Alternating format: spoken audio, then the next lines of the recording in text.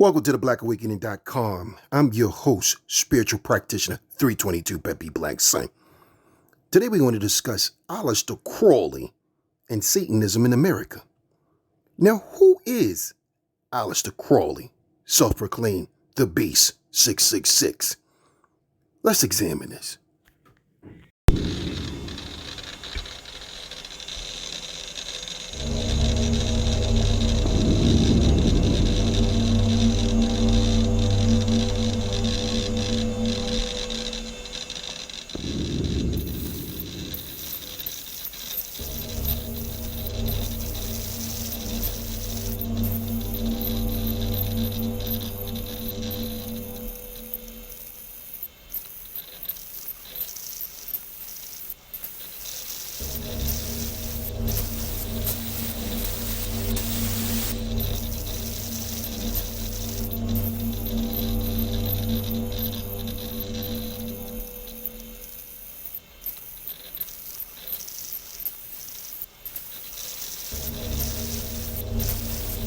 His family were members of the Plymouth Brethren sect.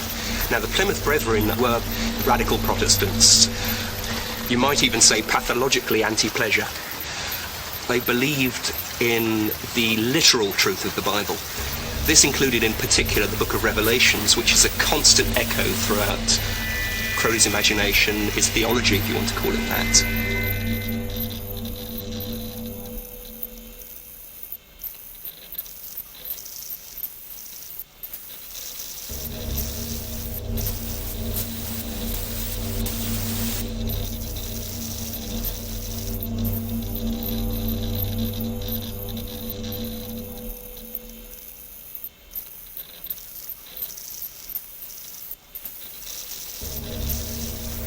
I had arrived at the conclusion that the Plymouth Brethren were an exceptionally detestable crew. I wanted sin, a supreme spiritual sin, but hadn't the slightest idea how to go about it.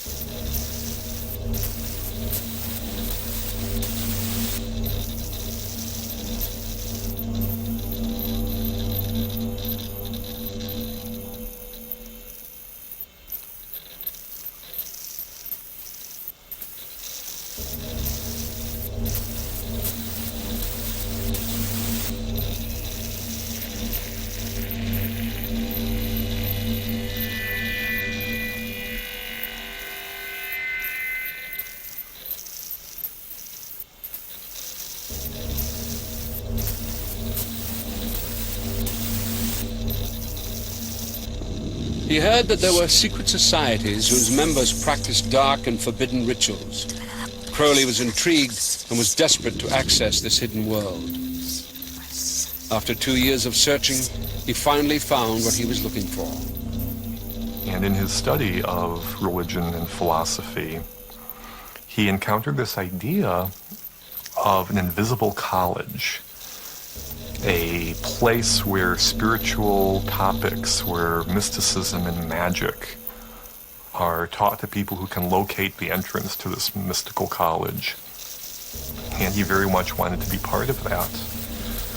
And eventually he did find someone who was able to provide him an introduction to a group called the Hermetic Order of the Golden Dawn.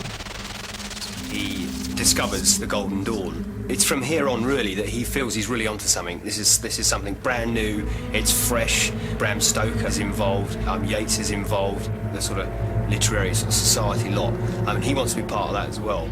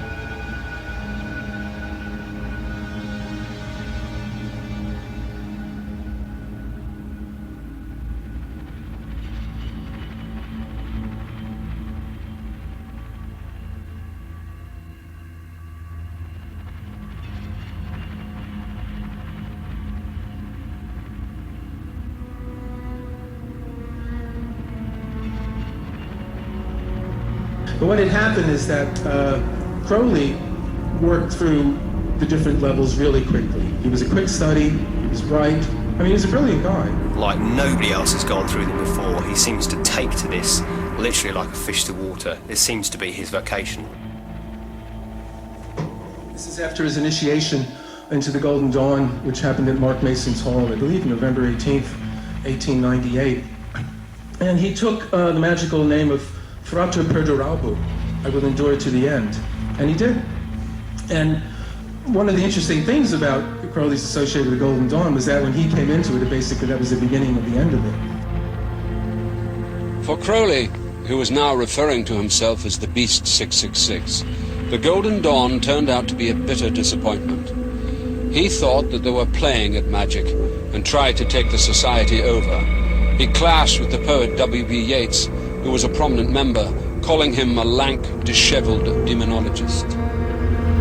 Rumors of the questionable occult activities in Chancery Lane were filtering back to the other eminent members of the Golden Dawn, as well as whisperings of Crowley's many promiscuous sexual relationships with both men and women. William Yeats, for one, highly disapproved of the man and let it be known to Mathers. In May 1899, Crowley went to Paris to meet the leader of the Golden Dawn for the first time. And the reason why Mathers was the guy was that he was in touch with these entities that were known as the secret chiefs. Now, if you know Madame Blavatsky, she talks about the Mahatmas. These are these kind of elevated, highly evolved individuals who have mastered, occult powers and masters the powers of mind and all that kind of thing, and they can communicate telepathically, and they can materialize and do, they kind of, they can use the force. Put it basically, they're able to do that. Mathers claimed to be directly in touch with them. As well as being a master Freemason, Mathers had spent many years translating one of the oldest and most famous books on magic, The Key of Solomon. He had also written a book, The Kabbalah Revealed, which he had translated from the Jewish Zohar. Many years ago, I discovered another Hebrew manuscript, the book of the sacred magic of Abramelin the mage. It was a kind of teach yourself guide on how to impose your will on nature, using contemplation, prayer, and abstinence. Not that far away from yoga. There are two schools of magic.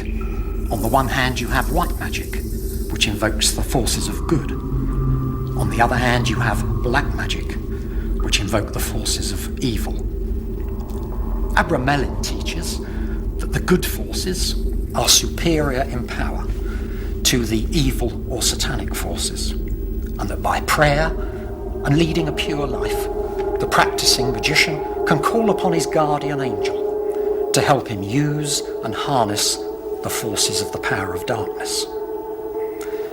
There are no real rituals, just lists of angels and demons which can be evoked.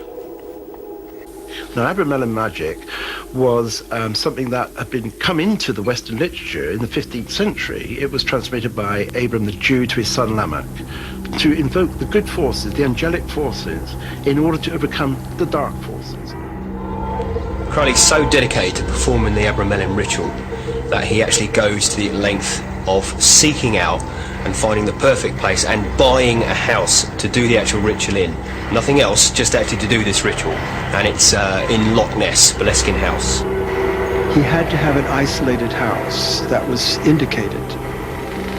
And it had to have a terrace, kind of a flat area outside, and it had to be without nosy neighbors.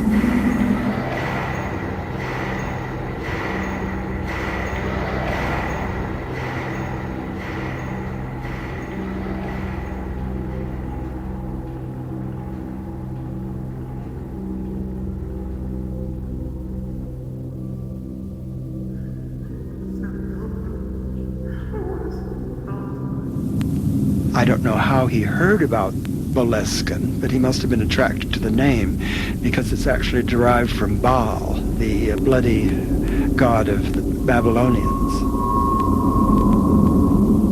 He spent almost a year looking for this type of house. It had to be a house which opened onto the north, doors opening onto the north, with a terrace which he could cover with fine river sand, and with a part of the house where the spirits, which he called that, would congregate.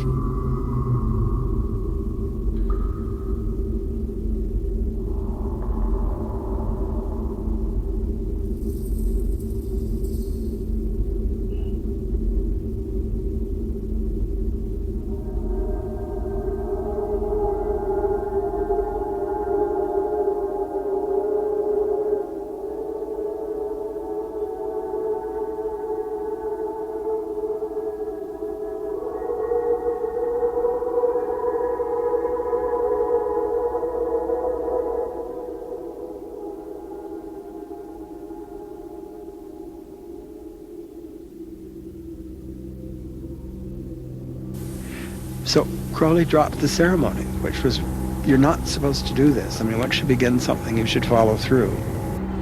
If you do that kind of thing, you get possessed, in a certain sense. Things get inside you and use you for their purposes.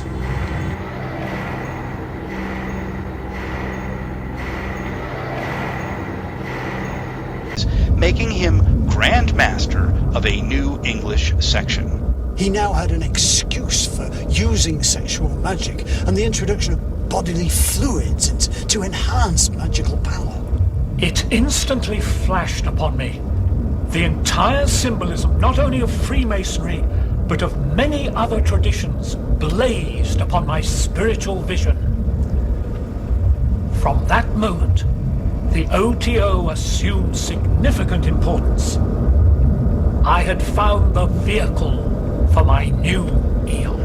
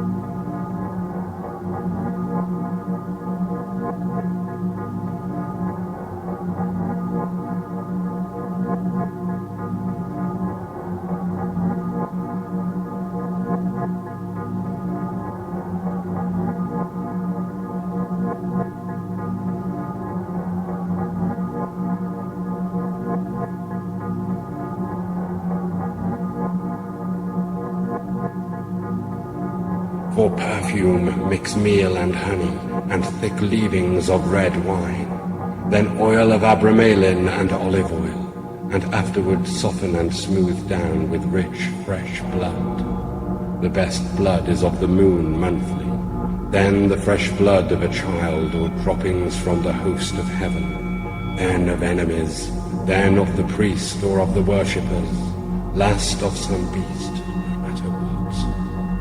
This burn, of this make cakes and eat unto me. This hath also another use. Let it be laid before me, and kept thick with perfumes of your orison. It shall become full of beetles, as it were, and creeping things sacred unto me. These shall breed lust and power of lust in you, at the eating thereof. Ra-Ho-Ku is with thee. Worship me with fire and blood. Worship me with swords and with spears. Let the woman be girt with a sword before me. Let blood flow to my name. Trample down the heathen. Be upon them, O warrior, I will give you of their flesh to eat. Sacrifice cattle, little and big, after a child. Ye shall see that hour, O blessed beast, and thou the scarlet concubine of his desire. Damn them who pity. Kill and torture, spare not, be upon them. That stele they shall call the abomination of desolation.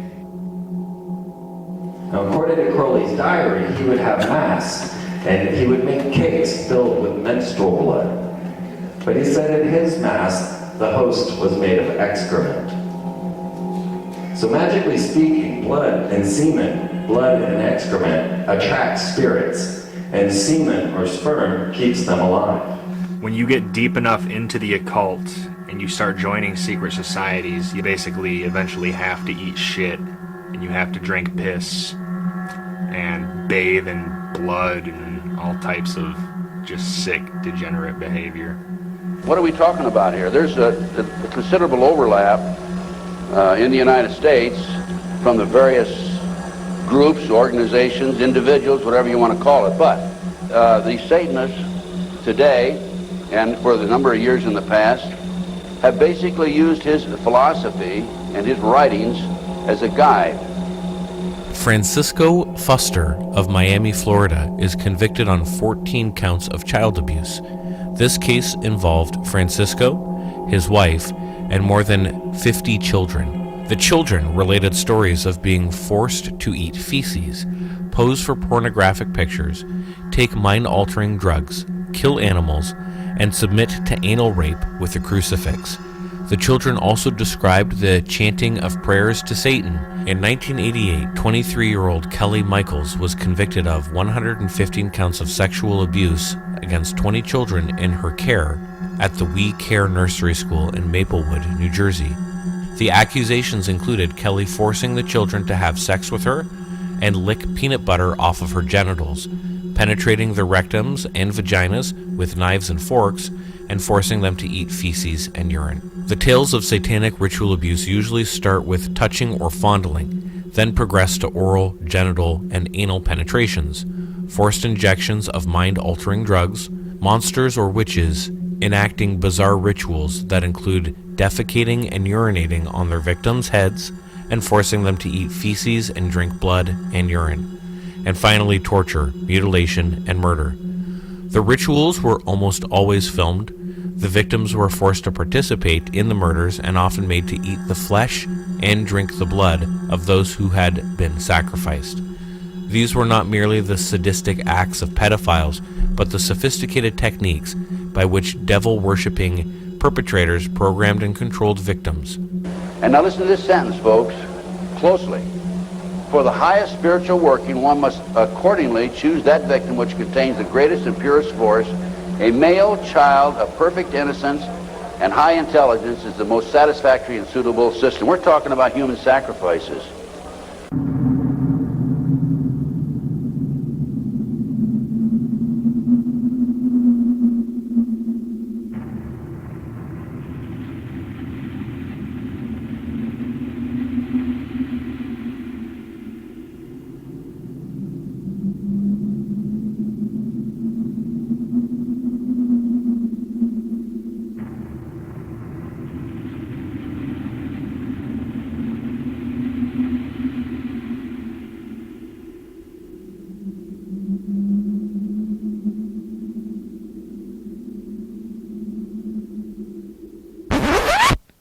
Cunt, you have sucked, you pricks.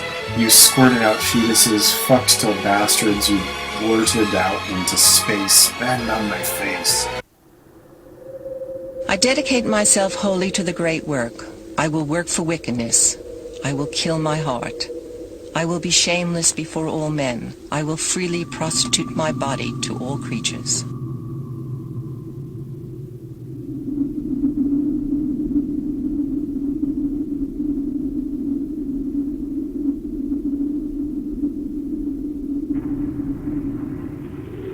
Our daughter Poopy was born in Paris in February 1920. We moved to the Abbey shortly after. We signed the lease for the Abbey in joint names. He was Sir Aleister de Courval, and I, the Countess Leah Harcourt. Each morning we would put on our magical robes and take our magical weapons outside. He with his sword or dagger, and the women with their chalice. We would all face east and recite a short prayer, the Kabbalistic cross. Then at noon, in the evening, and at midnight, we would go outside and make our prayers to the sun. Most evenings we would perform acts of sex magic, usually between the three of us, sometimes with other assistants which Aleister had found on the streets of Cefalù, or were visiting the Abbey. He was also taking heroin by then.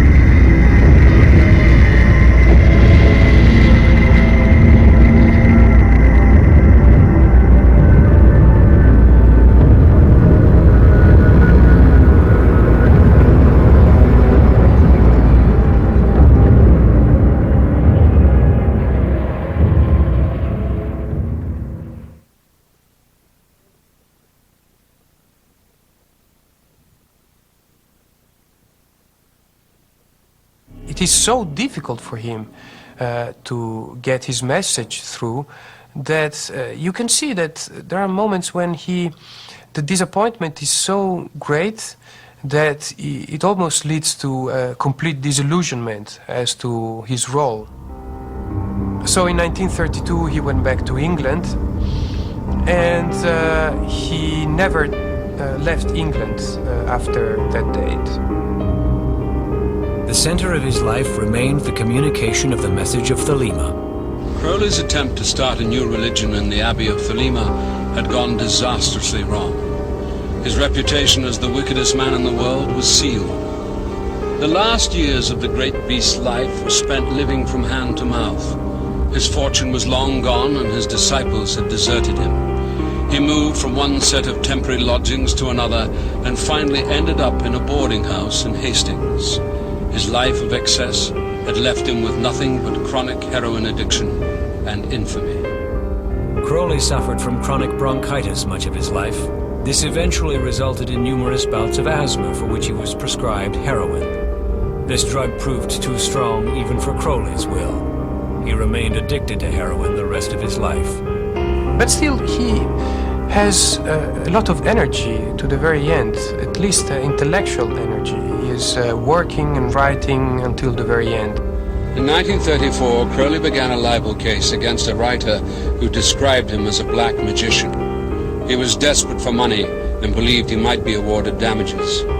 Examples of Crowley's pornographic poetry were read out in court, and then the wife of Rao Loveday, the young man who died in the Abbey of Thelema, gave evidence of Crowley's depravity.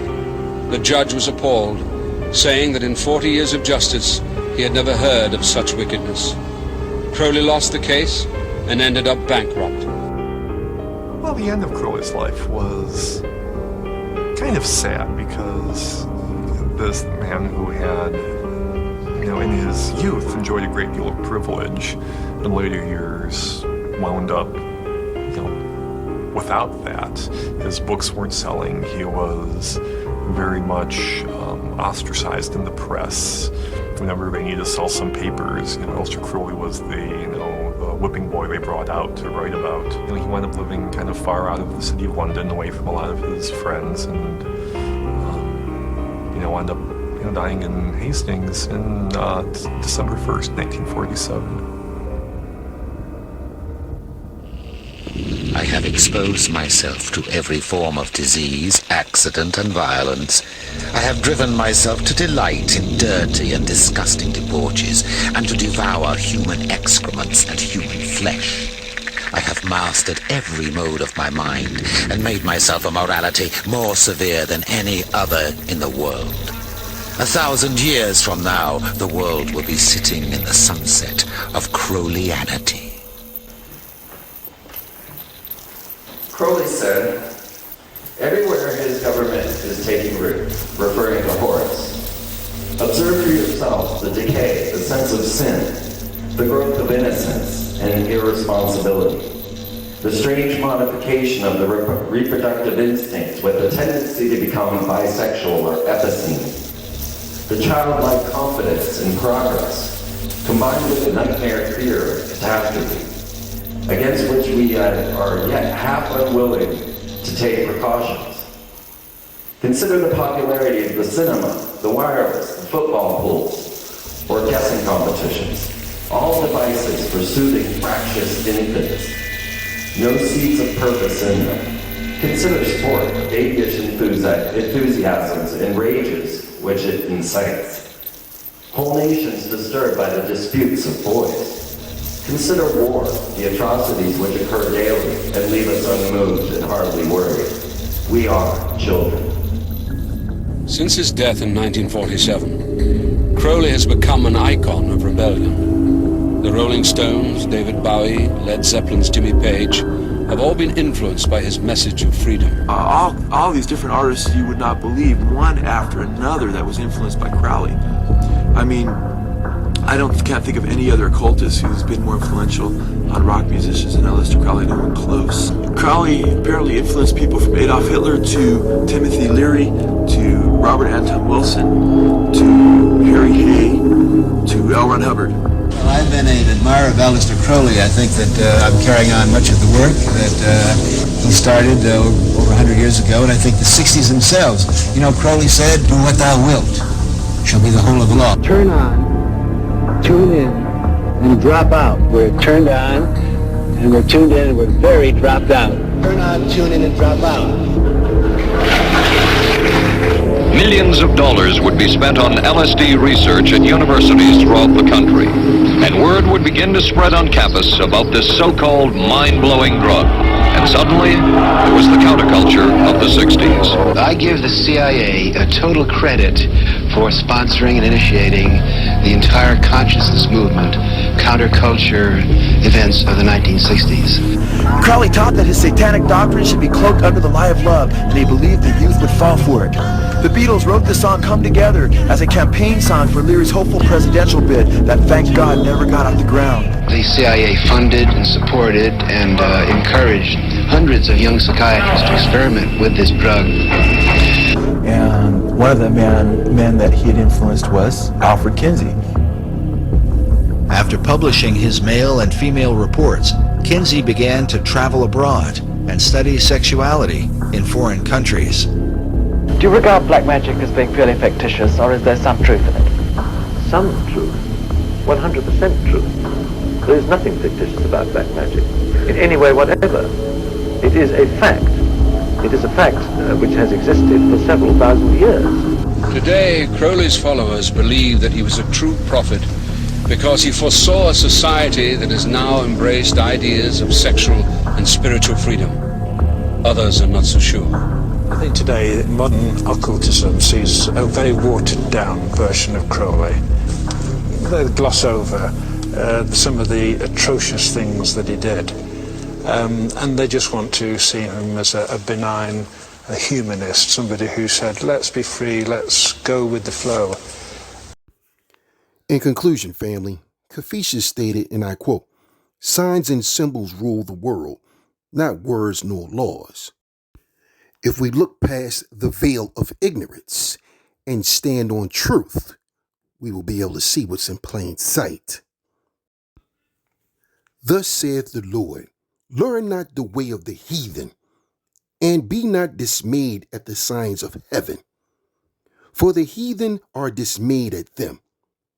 For the customs of the people are in vain. For the one that cutteth a tree out of the forest, the works of the hands of the workmen, with the axe, they deck it with silver and with gold. They fasten it with nails and with hammers, that it move not." Jeremiah 10, verses 2 through 4. Understand, family, you cannot drink the cup of the Lord and the cup of demons too. You cannot have a part in both the Lord's table and the table of demons. 1 Corinthians 10:21. So I'm going to leave you with my proverb. They see evil, but ignore evil. They hear evil, but ignore evil. They speak evil, but ignore evil. So in their ignorance, they became evil. So again, family, stay vigilant at all times. Practice self-preservation. So I'm going to leave you in the manner in which I came, with a universal prayer.